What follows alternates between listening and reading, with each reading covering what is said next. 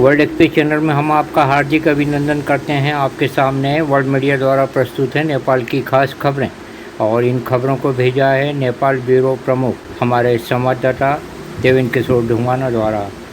आप बताइए ये खबरें आपको कैसे लगी।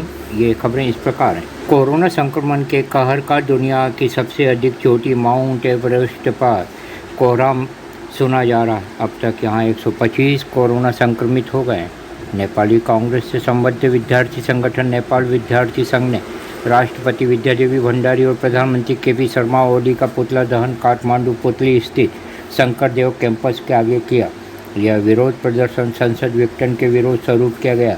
नवराज त्रिपाठी को पुलिस ने तत्काल गिरफ्तार कर लिया। सुप्रीम कोर्ट में व्यवसायियों ने प्रधानमंत्री केपी शर्मा ओली के खिलाफ याचिका दर्ज करवाने का प्रयास किया, लेकिन जब याचिका ग्राह्य नहीं हुई, इससे व्यवसायियों का गुस्सा बढ़ गया है। वरिष्ठ अभिभाषक दिनेश त्रिपाठी ने कहा है कि ओली नियत से पुनर्स्थापित संसद को असफल बनाने की कोशिश कर रहे हैं और उन्होंने विश्वास का मत प्राप्त करने में असफल होते ही प्रतिशोधपूर्ण तरीके से संसद को दोबारा विघटित कर दिया है, जो अदालत की अवहेलना भी है।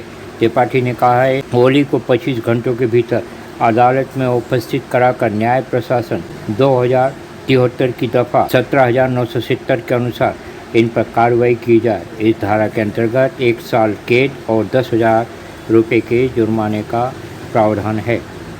विक्रमचंद विप्लव के नेतृत्व में नेपाल कम्युनिस्ट पार्टी मकवान जिला कमेटी में श्रमदान में सक्रिय रहा है। इंद्र बहादुर परियार नयन के नेतृत्व में एम धनाल बहादुर विवेक धनाल आदि ने अपनी उपस्थिति प्रदान की। विद्रोही नेता विक्रमचंद विप्लव के नेतृत्व में कम्युनिस्ट पार्टी के सहायक संगठन अखिल भारतीय भूमि हित संघ केंद्रीय समिति द्वारा दी गई जानकारी में बताया गया है कि झापा जिला के दमकवाड़ 7 में पंचमुखी सुकुम्बा की बस्ती में हुए हमले की कड़े शब्दों में निंदा की गई। यह हमला अमानवीय होकर दमन की कार्रवाई है, ऐसा भी कहा गया। ओम प्रकाश पुन ने भी इस हमले को बर्बर बताया है। अब आपके सामने प्रस्तुत हैं वर्ल्ड मीडिया द्वारा विश्व की खास खबरें। इन खबरों को प्रस्तुत कर रहे हैं राजकुमार हंस। खबरें इस प्रकार हैं। अमेरिका में राजनयिकों, जासूसों और प्रमुख सैन्य कर्मियों के दिमाग पर माइक्रोवेव और रेडियो वेव हमलों से सरगर्मी का भारी माहौल है। आश्चर्यजनक है कि पिछले 7 सालों में इस बात के सुराग नहीं लगे ये हमले कौन और क्यों करवा रहा है। वर्ल्ड मीडिया को पता चला है कि इस किस्म का पहला हमला क्यूबा में अमेरिकी दूतावास में वर्ष 2016 में किया गया। इसे हवाना सिंड्रोम नाम दिया गया। एक अमेरिकी अधिकारी का कहना है अब तक ऐसे 130 मामले सामने आ चुके हैं। राष्ट्रीय सुरक्षा परिषद ने इन हमलों को अपनी जांच के घेरे में ले लिया है।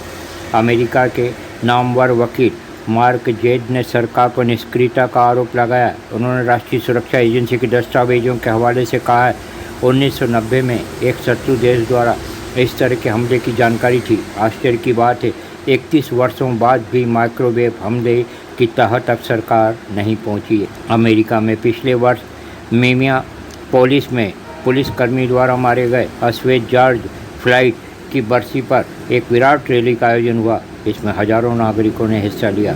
अमेरिका के विश्वविख्यात संक्रामक रोग विशेषज्ञ डॉक्टर एंथनी फांसी ने कोरोना वायरस के कुदरती होने पर सवाल उठाकर साफ तौर पर कहा है कि कोरोना की उत्पत्ति प्राकृतिक तौर पर हुई। इसे स्वीकार करना आसान नहीं है। इसकी व्यापक जांच होनी चाहिए कि चीन में ऐसा क्या हुआ जिससे यह वायरस सामने आया। फॉक्स न्यूज़ ने फांसी के हवाले से कहा है कि अभी तक जिन लोगों ने जांच की है उनके मुताबिक यह किसी जानवर से और इंसानों में फैला। हम आपको यहां बताना चाहेंगे कि कई देशों की मांग पर विश्व स्वास्थ्य संगठन की टीम कोरोना स्रोत की जानकारी को लेने के लिए चीन गई और वुहान लैब का दौरा करने के बाद वहां से कोरोना के लीक होने का संदेह बताया गया। गत हफ्ते विश्व स्वास्थ्य संगठन ने वुहान लैब से कोरोना के लीक होने की बात को नकार दिया है। वॉल स्ट्रीट जर्नल ने सनसनीखेज समाचार में बताया है कि चीन में कोरोना फैलने से माह भर पहले बीमार हुए थे 3 शोधकर्ता। इस प्रकार कोरोना को चीन का वायरल वार माना जा रहा है। भूटान के प्रधानमंत्री लाटे शेरिन ने कोरोना को लेकर सारे देश को आगाह किया और कहा इसे नियंत्रित नहीं किया गया तो हमारा सफाया हो जाएगा।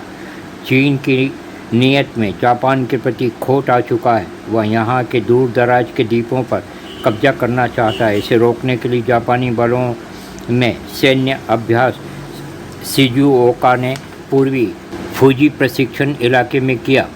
पूर्वी चीन सागर में चीन की बढ़ती आक्रामकता को लेकर जापान काफ़ी सतर्क है। सैन्य अभ्यास में जापान के 2100 सैनिक, 45 टैंक और 72 बंद वाहन शामिल थे। कई देशों से पत्रकारों पर हमले और उन्हें व्यर्थ में प्रताड़ित किए जाने के समाचार मिल रहे हैं।